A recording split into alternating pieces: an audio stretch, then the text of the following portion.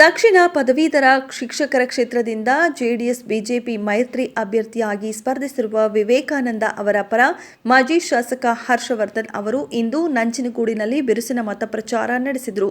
ನಂಜನಗೂಡು ಪಟ್ಟಣದ JSS college, ಸರ್ಕಾರಿ ಪದವಿ ಕಾಲೇಜು, ಕಾರ್ಮಲ್, ಸಿಟಿಜನ್ ಶಿಕ್ಷಣ ಸಂಸ್ಥೆಗಳಿಗೆ ತೆರಳಿ ಶಿಕ್ಷಕರುಗಳನ್ನು ಭೇಟಿ ಮಾಡಿ ಮತಯಾಚನೆ ಮಾಡಿದ ಬಳಿಕ ಅವರು ಮಾತನಾಡಿ, ನಮ್ಮ ಬಿಜೆಪಿ ಮತ್ತು ಜೆಡಿಎಸ್ ಪಕ್ಷದ ಮೈತ್ರಿ ಅಭ್ಯರ್ಥಿಯಾಗಿ ವಿವೇಕಾನಂದ ಅವರನ್ನ ಕಣಕ್ಕಿಳಿಸಲಾಗಿದೆ. ಕಾಂಗ್ರೆಸ್ ಅಭ್ಯರ್ಥಿ ಸತತವಾಗಿ 4 ಬಾರಿ ಪ್ರತಿನಿಧಿಸಿದ್ದಾರೆ. ಹಾಗಾಗಿ ಶಿಕ್ಷಕರೆಲ್ಲರೂ ಈ ಬಾರಿ ಹೊಸಬರನ್ನ ಆಯ್ಕೆ ಮಾಡಲು ತುದಿಗಾಲಲ್ಲಿ ನಿಂತಿದ್ದಾರೆ. ನಾನು ಶಾಸಕನಾಗಿ ಶಿಕ್ಷಣ ಕ್ಷೇತ್ರಕ್ಕೆ ಹಾಗೂ ಶಾಲಾ ಕಾಲೇಜುಗಳಿಗೆ ಅನುದಾನ ತಂದು ಅಭಿವೃದ್ಧಿ ಮಾಡಿರುವುದಲ್ಲದೆ ತಮ್ಮಗಳ ಅನುಕೂಲಕ್ಕಾಗಿ ಗುರುಭವನ ನಿರ್ಮಾಣಕ್ಕಾಗಿ 20 ಗುಂಟೆ ಜಾಗ ಹಾಗೂ 25 ಲಕ್ಷ ಅನುದಾನ ಮಂಜೂರು ಮಾಡಿದ್ದೇನೆ. ಇದೆಲ್ಲವನ್ನ ಗಮನದಲ್ಲಿ ಇಟ್ಕೊಂಡು ಪ್ರಜ್ಞಾವಂತರಾದ ತಾವು ಈ ಬಾರಿ ಮೈತ್ರಿ ಅಭ್ಯರ್ಥಿ ವಿವೇಕಾನಂದ ಅವರಿಗೆ ಮತ ನೀಡಿ ಗೆಲ್ಲಿಸುವ ಮೂಲಕ ತಮ್ಮ ಸೇವೆಗೆ ಅವಕಾಶ ನೀಡಬೇಕು ಎಂದು ಮನವಿ ಮಾಡಿಕೊಂಡರು.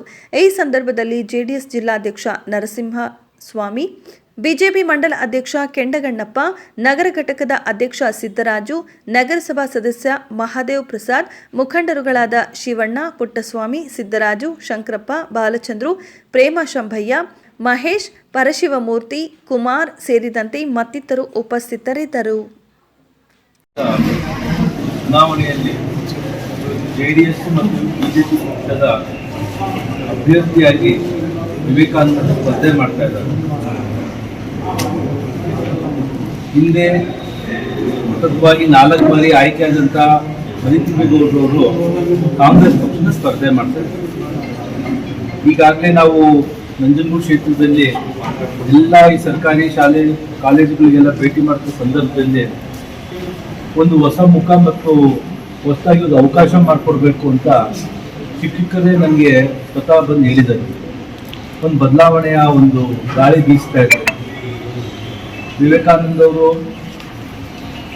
ಒಬ್ಬ ಉತ್ತಮವಾದಂಥ ಅಭ್ಯರ್ಥಿನ ನಾವು ಇವತ್ತು ಕಣಕ್ಕಿಳಿಸಿದ್ವಿ. ಅವರ ಕಷ್ಟದಿಂದ ಹಿನ್ನೆಲೆಯಿಂದ ಬಂದಂಥವ್ರು, ಶಿಕ್ಷಣದ ವಿಚಾರದಲ್ಲಿ ಬಹಳಷ್ಟು ಆಸಕ್ತಿ ವಹಿಸಿಕೊಂಡವರು ಚುನಾವಣೆಗೆ ಕಣಕ್ಕೆ ಇಳಿದಿದ್ದಾರೆ.